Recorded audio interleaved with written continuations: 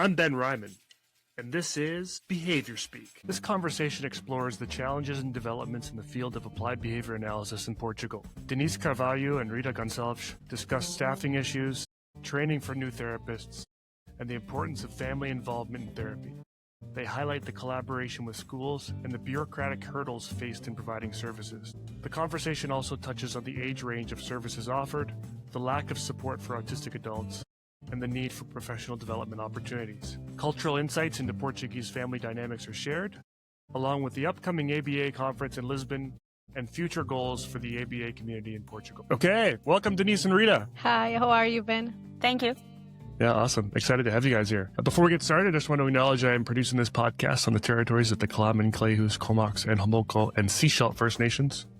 And as always, I'm grateful to be here. So we'll start with you, Denise. Tell me a little bit about yourself. So I'm Portuguese. I live in Portugal, in Lisbon. I made my certification BCBA in 2014. I was part of the first and only class in Portugal in the course for obtaining certification. And Rita was with me in that class too. When I was doing the certification, I had already started working at the ABA center and doing work with children in the community, at school, at home, most of the work that I did with them. And normally with children, raising from 2 years until adolescence, more or less. So, hello. I'm Rita, in Portuguese also. I work with Denise for a long while. So we start in ABA, the first ABA team in Portugal in 2007. I also made the same course than Denise. It was the only face-to-face course that happened in Portugal.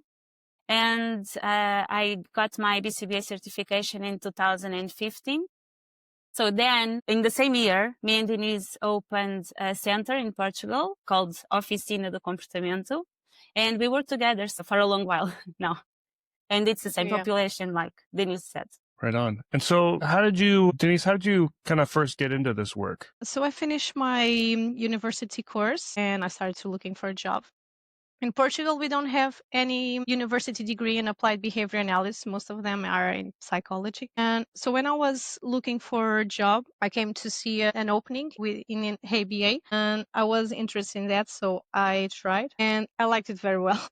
And so I started to get to notice what they were doing, the childs they were working with, and I fell in love with it. And it makes much sense doing applied behavior analysis than other specialty in psychology.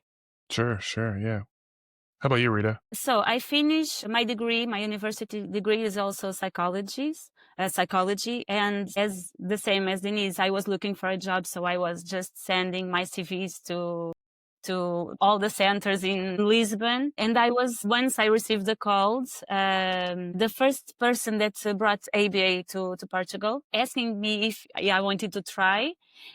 And that's how I started. I was there one day and I just tried and stayed there until now. Right on. So let's talk a bit about that.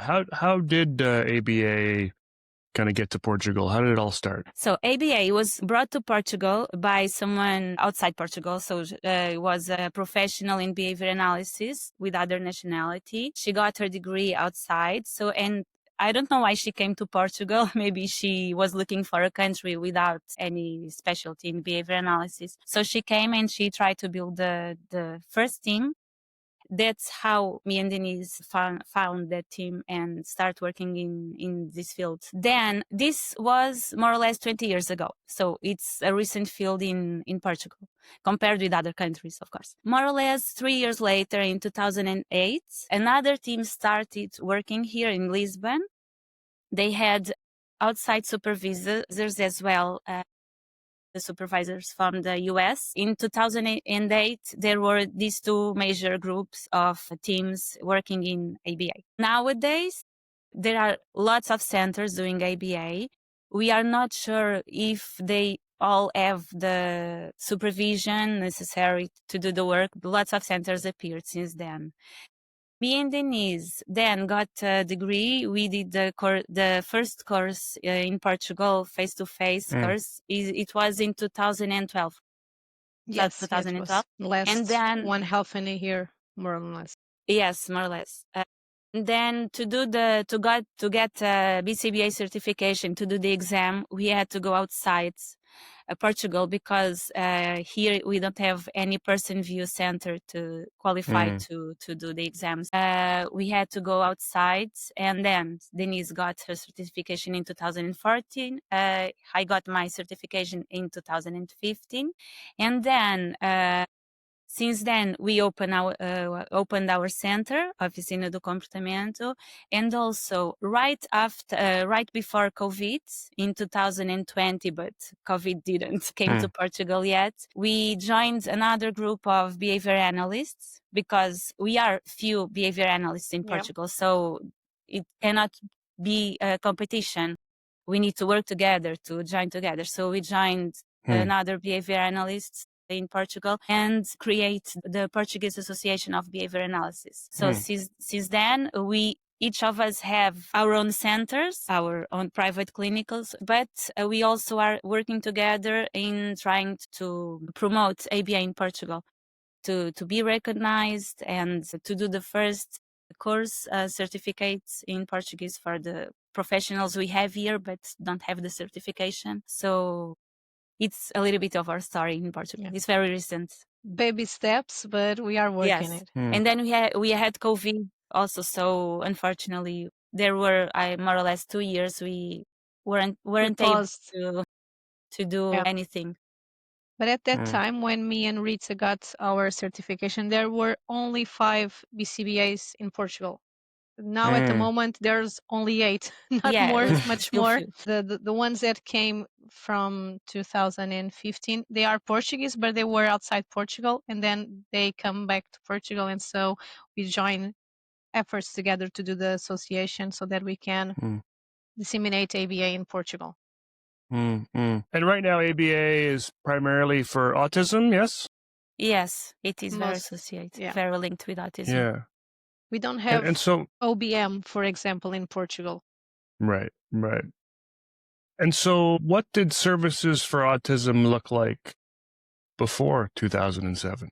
And clicking on CEUs. The first secret word is family. So before ABA and most of the service in Portugal we have the diagnosis of autism in Portugal. It follows a structured process, normally within the National Health Service and in private settings, and involves several stages before ABA came. And most of the times, the professionals, the doctors, don't recommend ABA simply because they don't know or they don't like ABA. So it begins normally with early identification of symptoms that occur during child health checkups, and doctors use some scales, or when teachers or parents notice something and go to the doctors with that concern.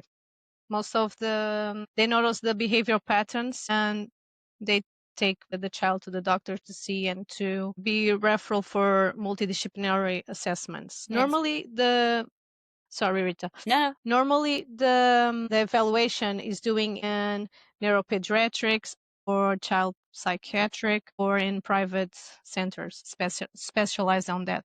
and most of the centers where the child gets the diagnosis, most of the centers also have their team of therapists. And most of the intervention, we have lots of interventions for autism, like speech therapy, occupational therapy, psychomotricity, also hypnotherapy, and also musical therapy. So there are lots of interventions in autism in Portugal. So I think that was the interventions also before ABA. And also nowadays, I think most of the interventions that doctors recommend are still this type of intervention, because ABA is still not well seen by all the medical professionals. Yeah, there's still a lot of misconceptions about ABA.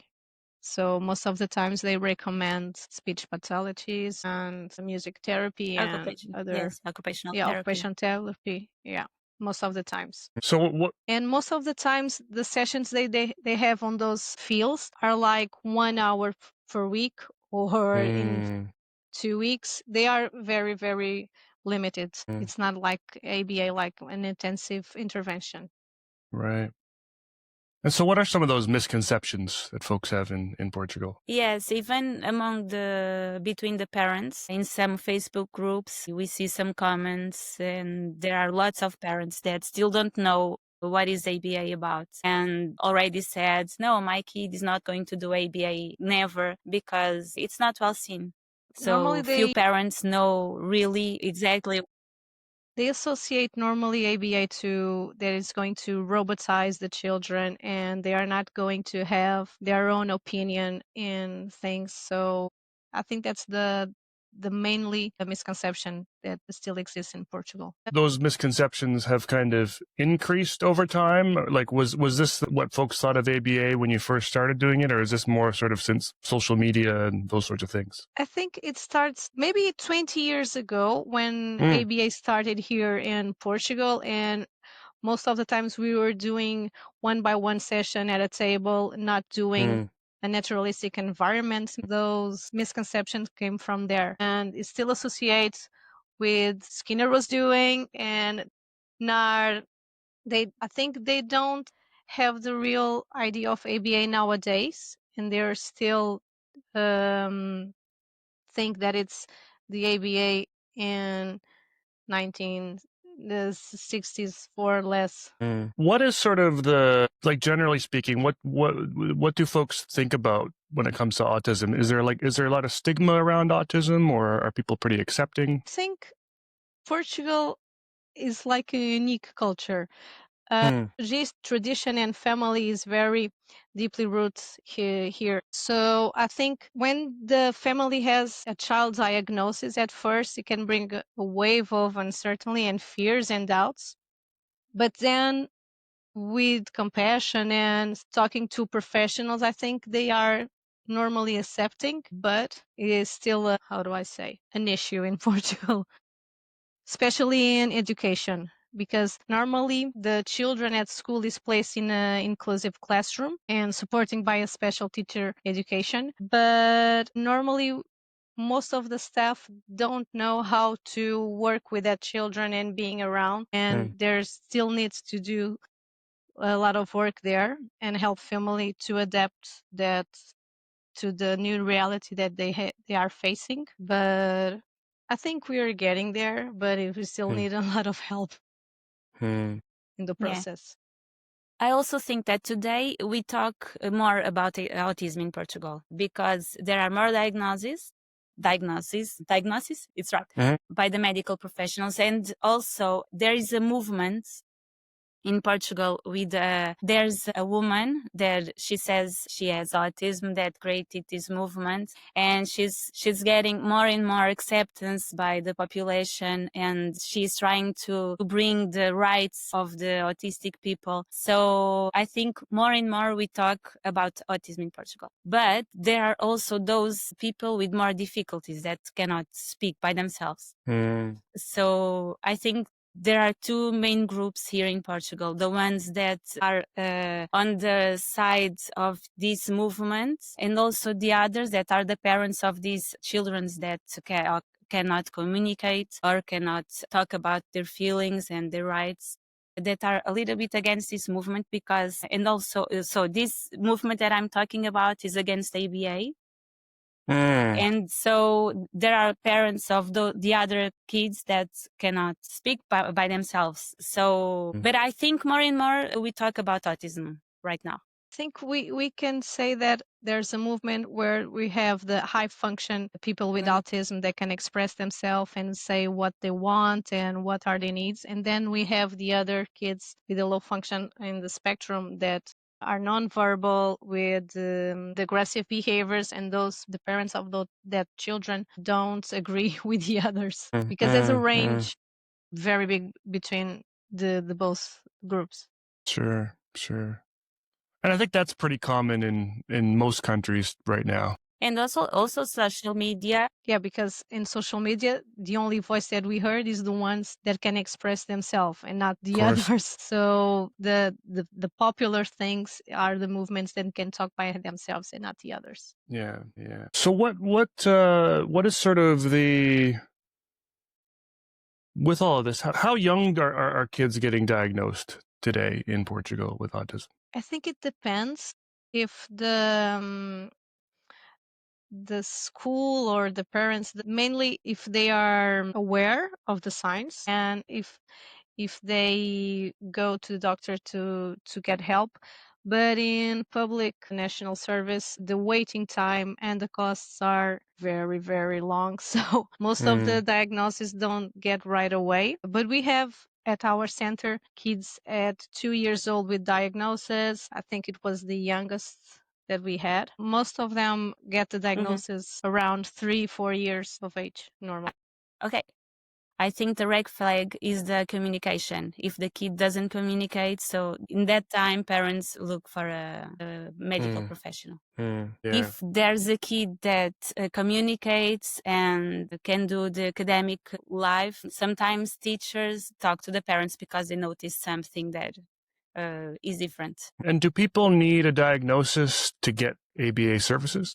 That's another problem in Portugal. So the national health system doesn't recognize ABA as an intervention, not even the health insurance. So all the childs or the adolescents that came to us, they have to pay for everything from there for the whole intervention. So in public service, they don't get those kind of help. Even if the people want to do ABA, they have to have the skills for that. So it's sometimes we want to help, but they don't have the financial resources to do that. So ABA in Portugal is not affordable for everyone.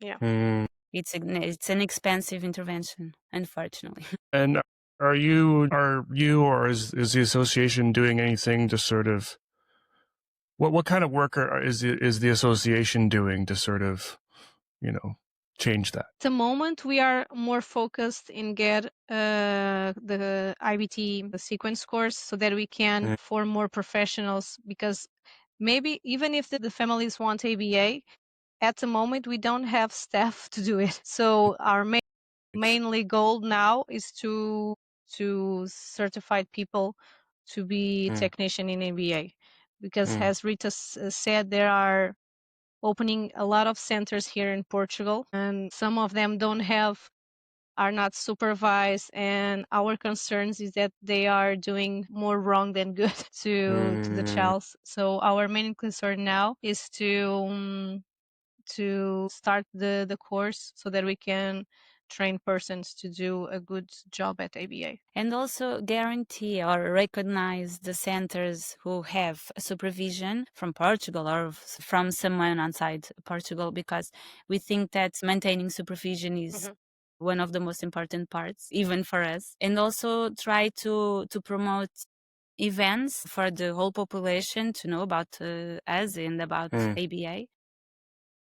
So there's still a lot to do here. Lots of people never heard about ABA. Other people that don't heard the correct things, so they're against ABA. So there's a lot to do. There's still a lot to do. Yeah. And also You talked about. Sorry. Oh, yeah, go ahead, please. We also had here in Portugal the psychology association. It's not association, but it's like it's the Portuguese Psychology Association, like a board. Yes, a board of. Yeah, so we are trying also to reach them, to create something. And so they can recognize us. And also we found recently a document they have talking about ABA as a scientific. It was really, really cool. We stayed really happy because it talks about ABA, what it is, and that it is a science. So we are trying to contact them also to recognize ABA and for them to know that we are here. We exist. And to be a little branch of psychology.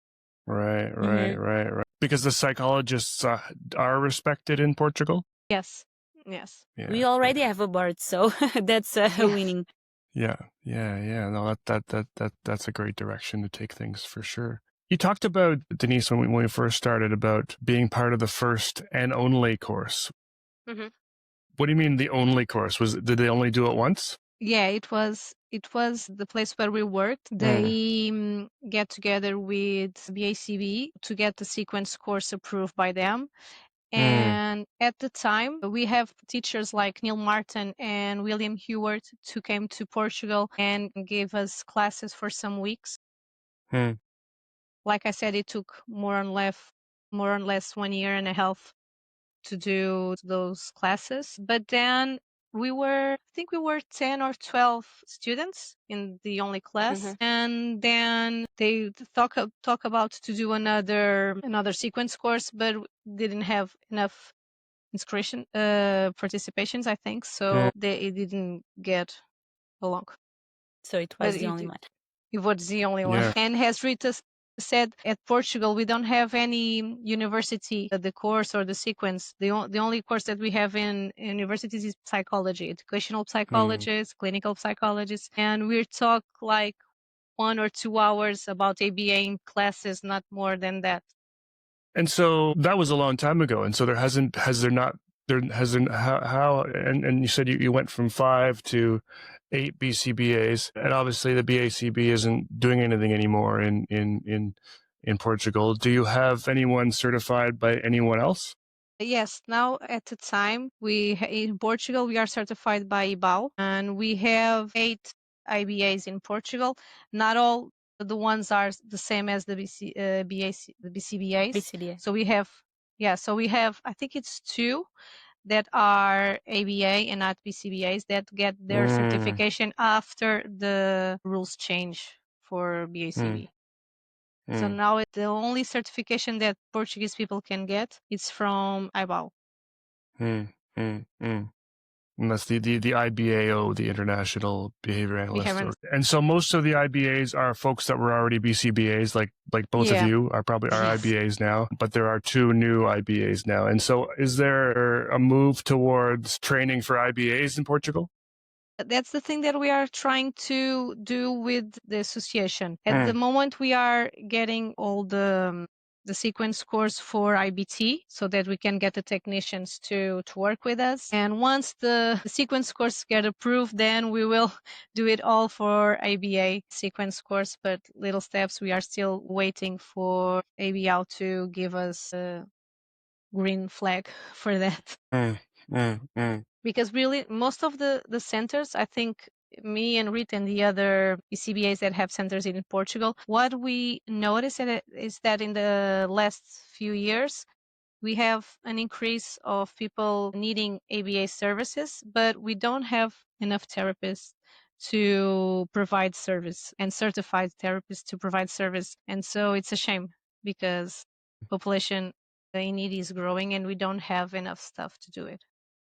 It's so interesting. Depending on where in some countries, from folks I've talked to, the problem is this. In other countries, the folks I've talked to, the problem is there's lots of IBTs and no supervisors. It's interesting that you sort of have the opposite problem, that you have enough supervisors and not enough frontline folks.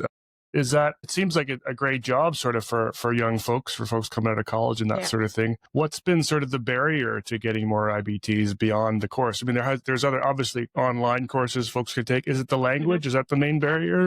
Well, it could be the language, or even I think when young recent students came from a university, they don't know about ABA and the need for technicians to do ABA services.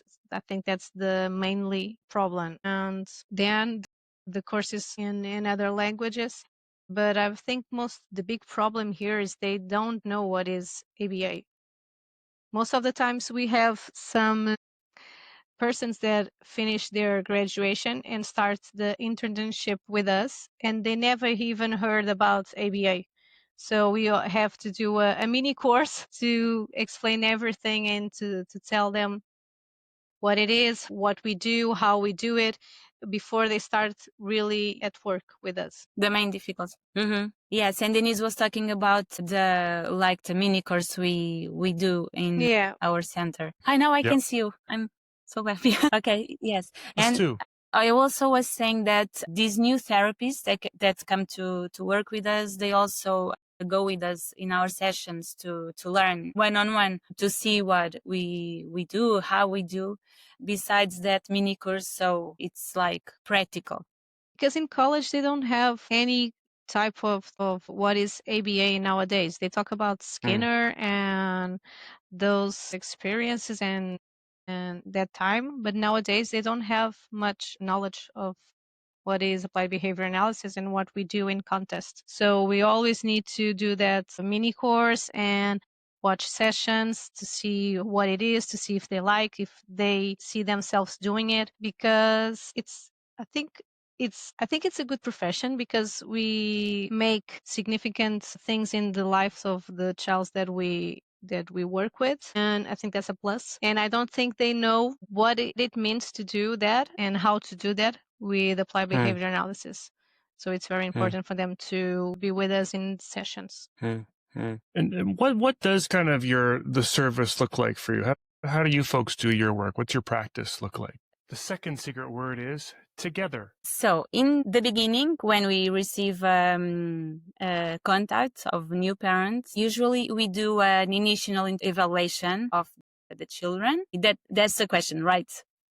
So we start with an interview with the parents just to know about what are their goals to work with their son or their daughter. What are their difficulties? What have they done already about something, about any behavior? What did function? What did not function? And then we observe the child in the context, in the familiar context or at school. And then we do a one-on-one session with the child just to evaluate some abilities, some competencies of ABLES.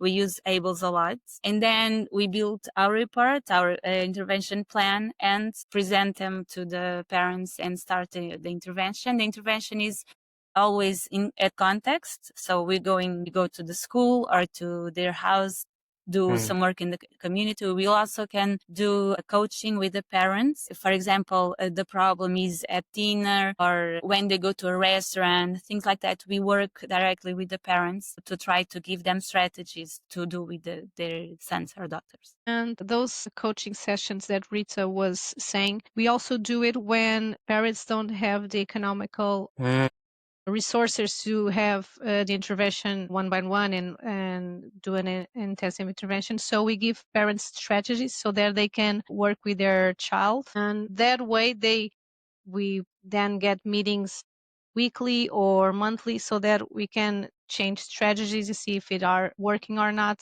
So we can help in that way the families that don't have enough money to support an intensive intervention. That's awesome. And we also do school staff training so that when we work at schools, and we work a lot at the classroom where the child is with the other students, and we do a shadowing work with them most of the times. And we also train staff when we are not here so that they can help the child when there's not a therapist there. And we also develop some outings with some kids that continue the sessions during the holidays when the schools stop. Most of the kids stop their intervention also, but some of them continue, and we can work at the community. So we do some outings to promote some behaviors. Also, I don't know, like work at, learn how to buy something, to pay, to receive the change. Nice. To use the public transports and things like that. And are the schools welcoming? It depends of the schools. Yeah. We don't have a rule because we have public schools that accept us, public schools that don't accept us, private schools that accept, that don't accept. I think it depends if they are desperate for help, sort of. And I think we have more and more schools that are willing to have an external therapist there. And that's that's great for us and for kids that are needing our services, because not always the school have the staff to have one-on-one support, most at class. So I think the idea that, okay, I have a external person here at my room. She's going to evaluate me, not the kids. I think that idea is passing, and they are noticing we are there to help the child, not to evaluate the teacher or the work that the teacher is doing. And also, like Denise was saying, that there's no rule. At public schools, it's more a bureaucratic process. So some schools ask us for just a formal letter to introduce our work, to present ourselves. Other schools just want a phone call. Other schools want a criminal record. So there's not any rule. So we had a school 2 years ago, that they said, I don't know what to do, because it's the first time we were going to have external therapists. So we don't know what the process is. So when we talked with the father, we said all these bureaucratic processes that we had experience, and they decided which one best suit for them. I think it's new, this kind of work in context. I think it's still, despite lots of people, more and more people are doing it, I think it's still new.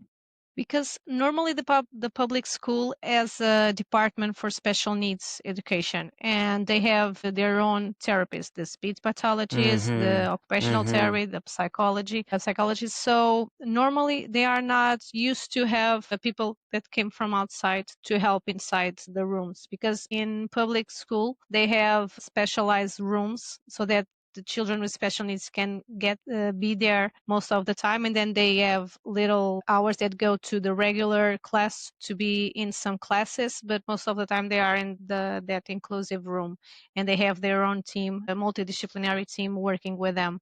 So they are not used to have external therapists to go there. In the private school, we have both things. One has the ones that has a multidisciplinary team, the ones that have only a psychology and a special needs teacher. And normally they appreciate our work and want us to help them because they have lots of kids and not enough stuff to help. You kind of answered what I was going to ask next. What does collaboration look like?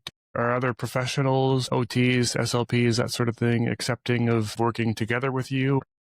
The experience that we have is that normally we do meetings at the end of every trimester. Here, the school is built in the first, the second, and the third trimester. And so we have meetings with them. We share our plan intervention with them, what we are doing. They share with us the goals and the plan they have do at school and classes. And I think the experience that we have in the schools where we work with, we collaborate and we work very well. I don't know if it's everything like this in the other schools, but with the ones that work with our center, normally it ends well. Yeah, I also think that we all also have even some WhatsApp groups with other professionals to communicate more frequently. So I think it's a good teamwork in Portugal. And we are always in those groups of WhatsApp groups. We are always sharing the strategies that work in our sessions to help the other therapists in their sessions. If the behavior is the same in both sessions, we can give strategies so that it can see if with them works too. And we are always communicating with them and with the parents. We also have groups with all the team from inside and outside our center, and the parents also. We don't know if it's if in the other centers is like that, but here we prioritize the communication between everyone that's working with that child. What's sort of the age range of services you're providing? How old do folks get to get your services? Since 2 years old until, well, our oldest is 30. 28 or 30 something. Yeah, it started with us with 20, I think, maybe. 18, and now is more or less 30. Wow. Yeah, wow. We have some cases that they began with us very, very infant. He was 2 years and a half, and now he's 18. Because the challenges are always changing. First was preschool, then the get to the school. Here we say primary school, and then high school. And so now we're trying to make the change to adulthood and try to work and manage internship and the community. So the goals are always changing, and we are always helping him to get those.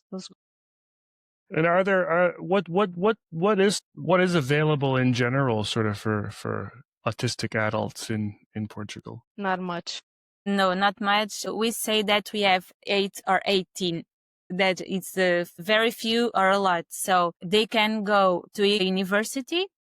That for most of them it's impossible or it's very difficult. Mm-hmm. We have centers for people with special needs, very profound special needs. So, but there's not a middle term. It's still missing a middle term for these people. Yeah. And most of those centers are like occupational therapy centers. They have like activities. I don't like to say it that it's like a kindergarten for They're not age adults, appropriated. but it's a place where parents can leave them, and they have some works and activities to do, but not always age appropriated. Some are, but the vacancies, they are not a lot for all the needs that we need in Portugal. Yeah, I think there's like a law that the government helps the companies that how do you say, hire people with special needs, but not provide some internships, but they have to be high function for that. Yeah. So that's missing that middle term that I was talking about. So that's one of the things we are trying to do with these kids specifically that Denise was talking.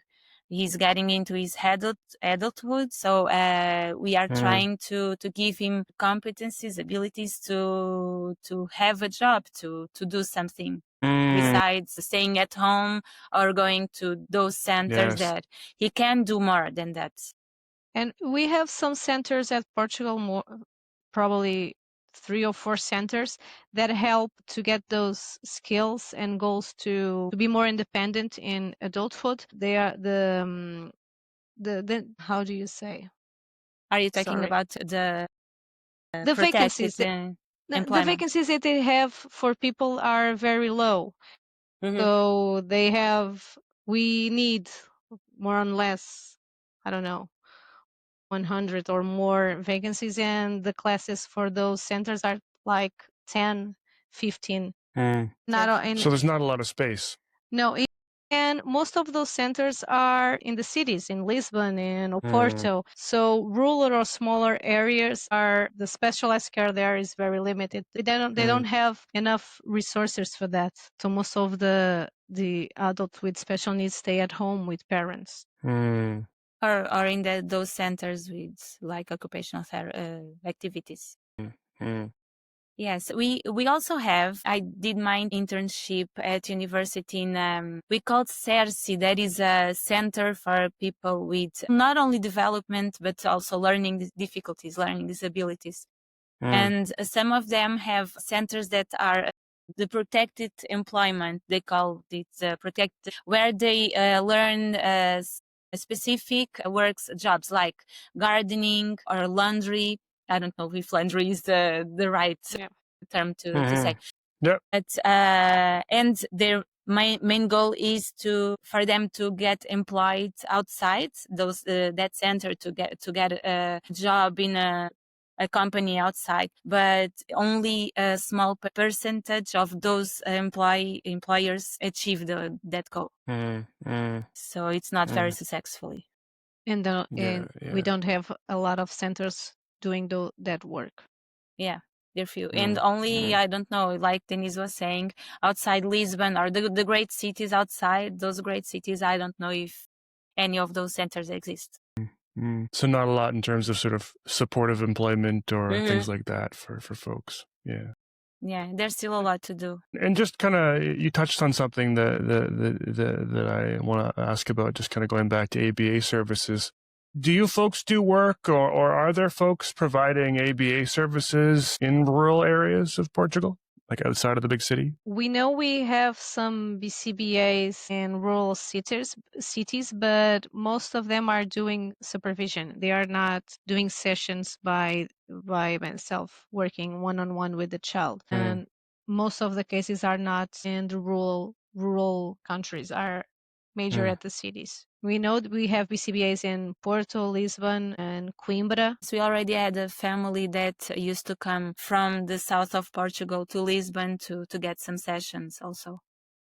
Also, there was a city in the north of Portugal where they had a therapist there, and we did the supervision. Yeah. And we used to go there once a month, for example, to do the supervision one-on-one person. But it's difficult. Most of the rural areas, they don't even have a psychologist more than a ABA provider. So it's very, very hard. What sort of opportunities do you have, maybe through the Portuguese Association, to just sort of connect with each other and learn and kind of grow in the field, sort of yourselves as BCBAs and IBAs? As an association, we are developing study groups, and like once a month.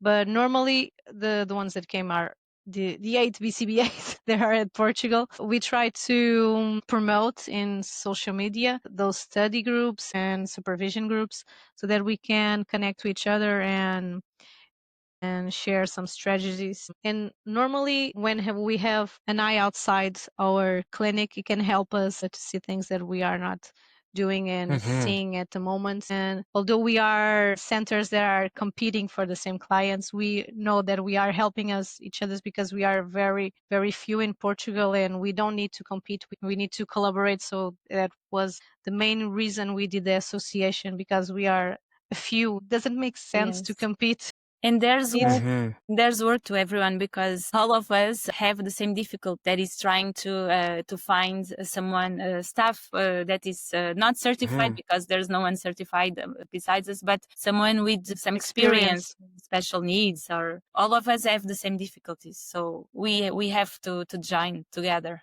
We have to work together. Do you? Oh yeah, go ahead. I was also saying that we have that study group that Denise talked about, and we also are trying to implement another group between only the behavior analysts that are certified to discuss recent articles. More theoretically, but to try to learn more together also with recent articles about the specific. And one thing that we do, because our the centers there, the BCBAs that has the different centers and they are part of the association, all of us are not in Lisbon. We have in Oporto, in Elvas, and in the south side of the river. What happens is when a client came to us that it's not in our site of intervention, we normally recommend the centers next to them residence area. So there's a share of clients in not a competitive thing here, because we all want to help, and if it's not in our area, we recommend the other centers that we know that are supervised and that have an IBA or a BCBA has a supervisor. An ABAI conference coming up in November. Yeah, it's coming up in November. Yeah. Hey, tell me more about that. And for a country with so few folks practicing ABA, any idea how it came to be that you're having an international ABA conference in Lisbon? Actually, we had a meeting with them talking exactly about that we are the only BCBAs in Portugal, and we saying, guys, we don't hear about the conference here in Portugal. You have to do more marketing. We are not hearing anything about the conference. And they appreciate those tips, because we know, because we are members, we get the newsletters, but I think other people's psychologists and the parents, they didn't know that the conference is going to be held here in Portugal. Yeah, so we told them you need to do a little bit more marketing here in Portugal. Yeah, right. Yes, and we met with them because we know someone from ABAI or worked with ABAI in the past, so they put us together to talk. Because I don't know why they came to Portugal, so they didn't contacted us. I think they just wanted to. Well, they never made a conference here, so maybe they just wanted to try. I don't know. Somebody wanted to go to Portugal. Yeah, like maybe I don't know. But then there was Marta Ubner that put us together with the ABA, and we talked about the conference. We already had an European conference here in Portugal in 2012, I think. Wow. I'm more or not Long sure time less. ago. about. Yeah, from IBAO. Yeah, and we helped them. We were volunteer there because we were the only ones that knew about ABA here in Right. Portugal. So Was in the moment where existed only those two groups that we talked yeah, about in the beginning, so us and the other team. it was more or less on that time that the teachers were convinced to do the sequence course here in Portugal. Hmm. And there were a lot Right. of Gotcha. talkings. Yeah, a lot of talkings there at that moment. And more or less the next year, the sequence course started. We thought, whoa, no, it's now ABA in Portugal, a conference, a sequence course, but then it stopped it again. So we hope that now here in November, we get some publicity of applied behavior analysis in Portugal and can bring some students that are in college and professionals in the area. I think it's going to be a plus. Me and Rita and the other BCBAs are going to present symposiums there and Excellent. and posters. So we hope it's going to be 3 days of sharing knowledge. One thing we didn't say that we forgot is that we tried to create a by chapter. I don't know, last year or 2 years ago. I don't know exactly when it was, but unfortunately we are only 8, so we need 10 signature. But we didn't give up. We didn't give up, so we are going to try it again. Yeah. But now we will have the conference. You've got 2 more IBAs now, right? Yeah. So And does that make 10? And for European, we have a chapter for European ABA. Okay. Yeah. Nice. Yeah. And we're getting there. Baby steps, but we are getting there. Yeah. I wanted to shift gears a little bit again and just talk a little bit about culture in Portugal. I think sometimes folks listen to these interviews just so they can learn more about how to be more culturally responsive with Portuguese families outside of Portugal and doing that sort of work. I know there's folks all over the world. You mentioned briefly that, tradition and family are really important. What else can you tell me about Portuguese culture in general and Portugal as a country and the people? So in Portugal, family is like the whole social center of life. So grandparents normally live nearby. They help raising the child. They pick up child at school. They all celebrate the milestones that the kid is getting. We have a lot of supports of family for good and for bad. So it's good to have that help.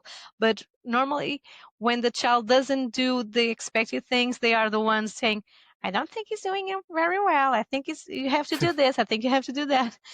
But normally we are very tight and we all love food and good drink and music, and everything is an excuse to do a party.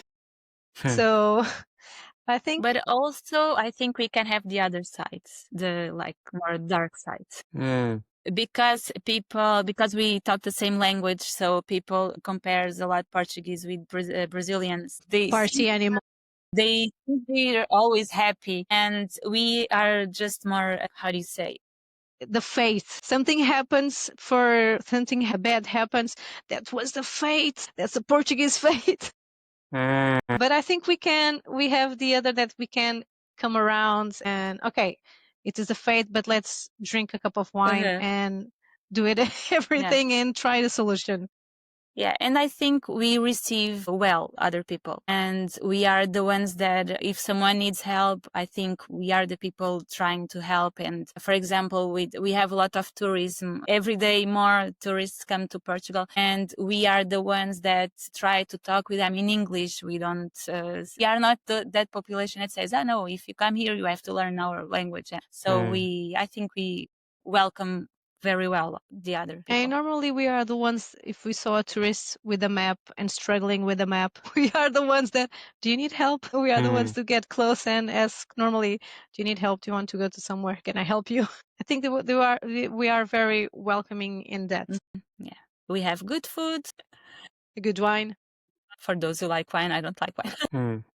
What are some things you might suggest to sort of a behavior analyst who's first meeting a Portuguese family that's not from Portugal, the behavior analyst? So coming in and sort of trying to start off on the right foot, as it were. I think one thing that a behavior analyst that is not Portuguese has to noticed is that we are very friendly. The therapists are like family to us.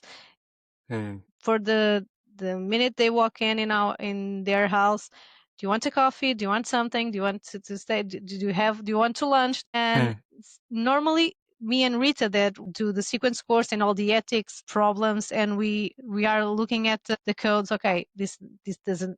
It's very difficult to apply this in a Portuguese setting because they are always trying to give us gifts. They are always trying to Offer a coffee. offer coffee or ask us to lunch, to dinner, to have dinner, to go to family, to birthday parties. And it's very difficult to, okay, thank you. You are very welcome, but we cannot accept it because we have all those ethic codes issues. They're all saying, don't do that. Don't, never mind. Come, you are like family. You're like our cousin, you know. And us, okay, let's draw a line here. But I think we that are Portuguese are more used to that other BCBAs. They're not used to those so joyful and so family traditions. Do you find then that you also draw those lines, even though you're Portuguese, or do you sort of go, well, no, that's not how we're going to do things because this is our culture and this is how we're going to. I think we have to balance. Yes. We have to balance because sometimes it's going to do more harm not to accept a coffee or not to be there for lunch instead of doing, no, I'm not doing that. It's not ethical. We have to measure and level up to see what is going to be better or worse in those situations with that family in particular. You briefly mentioned sort of how some folks sort of make the comparison between Portugal and Brazil. Are you at all, or is the association at all connected at all with the behavior analysis sort of community in Brazil? Because there's, I mean, a lot of folks doing work in Brazil and in Portuguese, and a lot of people doing research and writing in Portuguese. Is there any connection there? And we also have lots of centers that opened in the last maybe 2 years are from people from Brazil. We know some Brazilian professionals, we do, but I think there's not, we work together also with Marta Ubner that is from Brazil. But most our center, we have like a collaboration with her, not the association, but we are opening and in the association, we try to connect with other BCBAs that are in Portugal independently of their nationality. If they are based in Portugal, we send the information, we ask if they want to join us.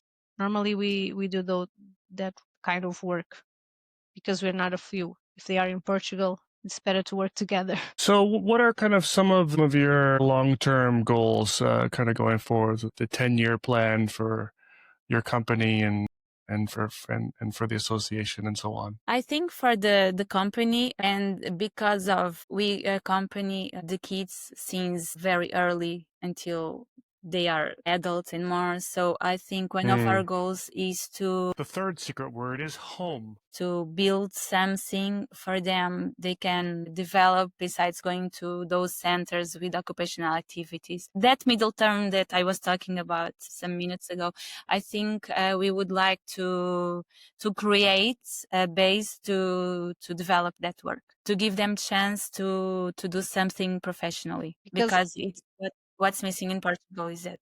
And our clinic was the 10th anniversary, and we have kids that got together with us in all 10 years. So now they are 18. We don't have the schools that we are with them doesn't have any response to them after that. So what can we do as a company to help those children that grow with us and now are adults? And in Portugal, we don't have more assistance. So what can we do for that? But for that, we need a lot of money. Really money, because we are private, and we know here in Portugal insurance doesn't support that. There's a few, like, I think it's hard to get the government funds for that, and the government doesn't have funds for them. So what about the private clinics? So it's very hard to get those response after. For association, our main goal is to form people so that we have more and more staff trained in applied behavior analysis so they can help implement ABA in Portugal. I think now it's the main goal for the association. So we can help more families because we are always, most of the time, looking for staff to work with us. Not only me and Denise, but also our other colleagues of the association. So we really need more staff trained in this area.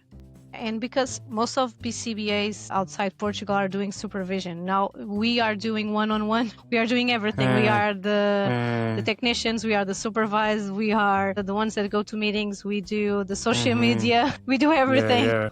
It's a lot of duties. We need more help.